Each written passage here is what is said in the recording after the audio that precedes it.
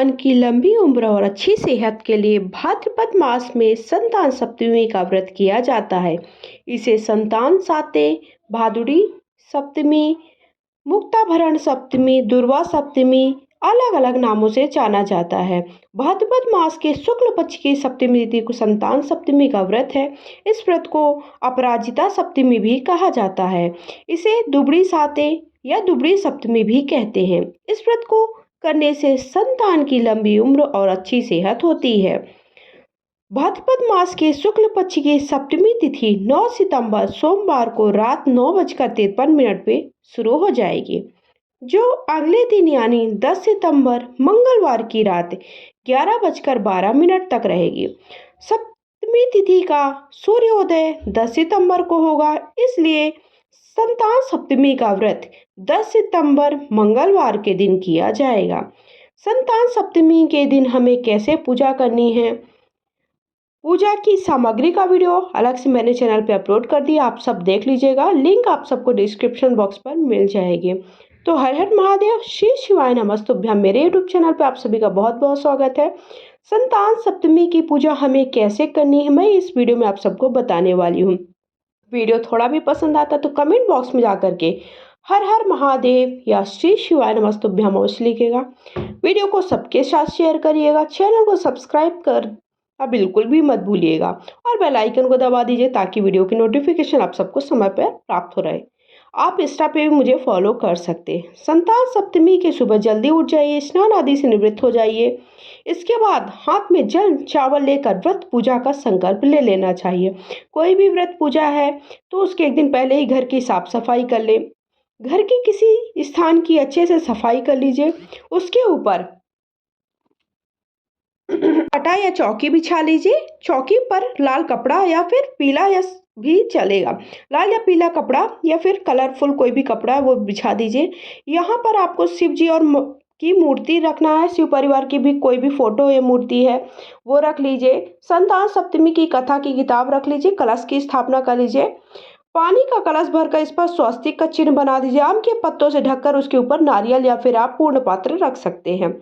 शुद्ध घी का दीपक जलाएं। भगवान शिव को फूल, जनेऊ, अबीर, गुलाल, कुमकुम, चावल, पान, सुपारी और भगवान शिव जी को जो जो चीज़ें प्रिय हैं वो आप उनको बनाएं। इस पर आटे और गुड़ से बने हुए मीठे पुए का भोग लगाया जाता है, जिनकी संख्या 7 होती है। देखिए 7 पुए माता गौरा को चढ़ाए जाते हैं और 7 पुए ही आपको आप अलग से चढ़ाने, मतलब कुल 14 पुए चढ़ाए जाते हैं जो कि गुड़ के होते हैं, गुड़ और आटे के। इस बात का ध्यान रखना है पुए इतने बनाने हैं कि वो आप रात्रि से पहले खा सकें, मतलब हमें एक बार ही भोजन करना है, उन्हीं पुए को खा करके ही भोजन करना है, व्रत का पारण करना है। तो वो पुए हमें बहुत बड़े नहीं बनाने, इतने बड़े बनाने हैं, इतने छोटे बड़े जैसा भी आप बनाएं कि वो आप खा सकें पूरा दिन में। उसके बाद पूजा के बाद आपको संतान सप्तमी की कथा पढ़ लेनी है। कथा सुनने के बाद भगवान शिव जी की आरती करनी है। इस दिन व्रत रखें। अपनी इच्छा अनुसार फल और दूध भी ले सकते हैं। संतान सप्तमी का व्रत करने से माना जाता है कि संतान की अच्छी सेहत रहती है और उसकी उम्र दीर्घ होती है। इस व्रत का पूजन हमें सुबह 11 बजे के बाद आप कभी भी इसका व्रत का पूजन कर सकते हैं। संतान सप्तमी व्रत हिंदू धर्म का विशेष और महत्व देने वाला व्रत होता है। यह व्रत माताएं अपनी संतान की मंगल कामना के लिए करती हैं। इस व्रत के प्रभाव से निसंतान को भी संतान का सुख प्राप्त होता है। यह भाद्रपद माह के शुक्ल पक्ष की सप्तमी को रखा जाएगा। इसे संतान साते ललिता सप्तमी भी कहते हैं। इसमें गुड़ और आटे के जो 7 पुए होते हैं उन्हें ही महाप्रसाद कहते हैं। इन्हें केले के पत्ते में बांधकर या केले के पत्ते पर रखा जाता है। पहले चांदी के कड़े को शिव परिवार के सामने रख दे, दूध और जल से उनका शुद्धिकरण कर दे, टीका लगा दे, फिर उसके बाद भगवान का आशीर्वाद ले ले। इसके बाद जो चांदी के कड़े को अपने दाहिने हाथ में पहन लेना चाहिए। इसके बाद संतान सप्तमी की कथा पढ़नी चाहिए। अगर आप संतान सप्तमी पर पूजा के लिए नया चांदी का कड़ा नहीं खरीद पा रहे तो अब आपको क्या करना चाहिए। कई लोग देखिए ऐसा होता है कि हर साल चांदी का कड़ा या फिर चांदी का जो छल्ला होता है वो नहीं लाते हैं। तब आप क्या करें तो अगर आप चांदी का नया कड़ा नहीं खरीद पा रहे तो इसके लिए जो पुराना कड़ा है उसका भी आप उपयोग कर सकते हैं। अब कैसे उपयोग करना है, तो उसको क्या करना है, जो पुराना कड़ा है उसे रख लीजिए। आप इस तरह से देखिए, दूरबा से भी इस तरह से कड़ा बना करके या फिर चूड़ी बना करके उसे भी आप पहन सकते हैं अगर आप नया कड़ा नहीं ला रहे हैं तो। और उसे भी आप पहन करके आप अपना प्रसाद ग्रहण कर लें, उसके बाद इसे उतार करके रख दीजिए। और अगर आप के पास पुराना कड़ा रखा हुआ है, कोई भी पुराना जो चांदी का छल्ला है या फिर आपने चूड़ी पुरानी कोई भी रखी है, तो उसे क्या करिएगा, आप पुराने कड़े को गाय के दूध में धो कर शुद्ध कर लीजिए। जो मैंने देखिए दूध रखा हुआ है एक प्लेट में, इस तरह से आपको एक प्लेट में दूध रख लेना है। उसी में जो पुराना कड़ा है या पुरानी चांदी की जो चूड़ी है उसे उस पर डुबो दीजिए और उसे शुद्ध कर लेना है। इस पूजा को दोपहरिया पूजन मतलब दोपहर के समय पूजन किया जाता है। दोपहर में 12 बजे के बाद आप कभी भी पूजन कर सकते हैं। इसके बाद पूजा के लिए बनाए गए जो 7 पुए हैं वो भगवान को चढ़ाना है। उनमें से 7 पुए ब्राह्मण को दे सकते हैं या फिर आप घर के सदस्यों को भी वितरित कर सकते हैं। इसके बाद जो 7 पुए हैं उसे स्वयं भोजन के रूप में ग्रहण करना, उसी से आपको व्रत को खोलना है।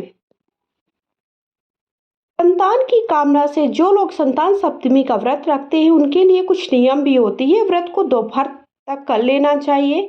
शिव पार्वती की प्रतिमा को सामने चौकी पर रखकर ही उनका पूजन करें। पूजा में नारियल, सुपारी, धूप दीप अवश्य अर्पित करें। माताएं संतान की लंबी आयु, उनकी रक्षा के लिए कामना के लिए भगवान शिव को कलावा अवश्य समर्पित करें। कलावा को बाद में संतान की कलाई में या फिर आप खुद की कलाई में बांध सकते हैं।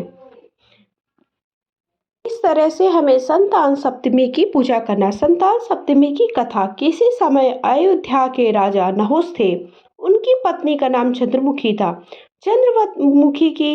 चंद्रवती की एक सहेली थी जिसका नाम रूपवती था। एक दिन दोनों सहेली नदी पर स्नान करने गईं। उन्होंने देखा कि सभी महिलाएं संतान सप्तमी की पूजा कर रही हैं।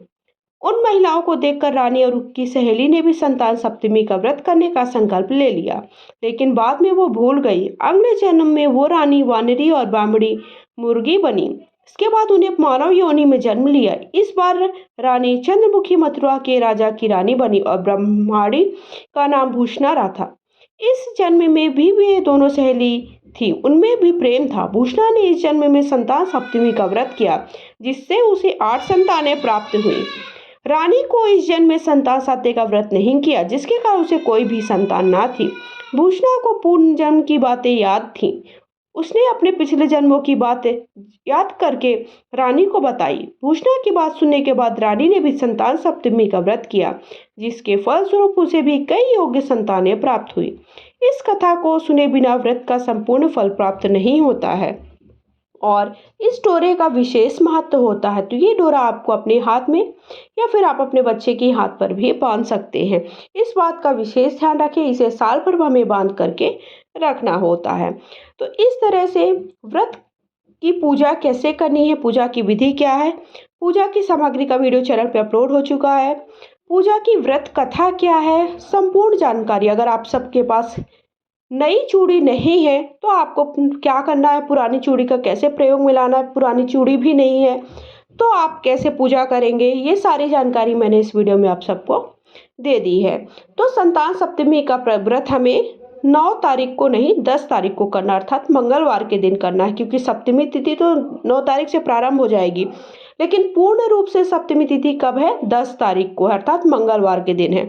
तो उसी दिन हमें संतान सप्तमी का व्रत करना है। इसे ललिता सप्तमी, भादुड़ी सप्तमी, जो भी आप नाम से जानते हैं वो एक ही व्रत है। और आपको पूजा की सारी विधि सारी जानकारी मैंने दे दी है। पूजे का क्या करना है ये भी बता दिया है। पूजा के बाद चौकी हमें कब हटाना है और जो चढ़ा हुआ सामान है उसका क्या करना है उसका वीडियो अलग से शेयर कर दूंगी। पूजा की विधि का भी बताया है। तो अगर आप सबको वीडियो थोड़ा भी पसंद आए तो कमेंट बॉक्स में हर हर महादेव अवश्य लिख कर जाइएगा।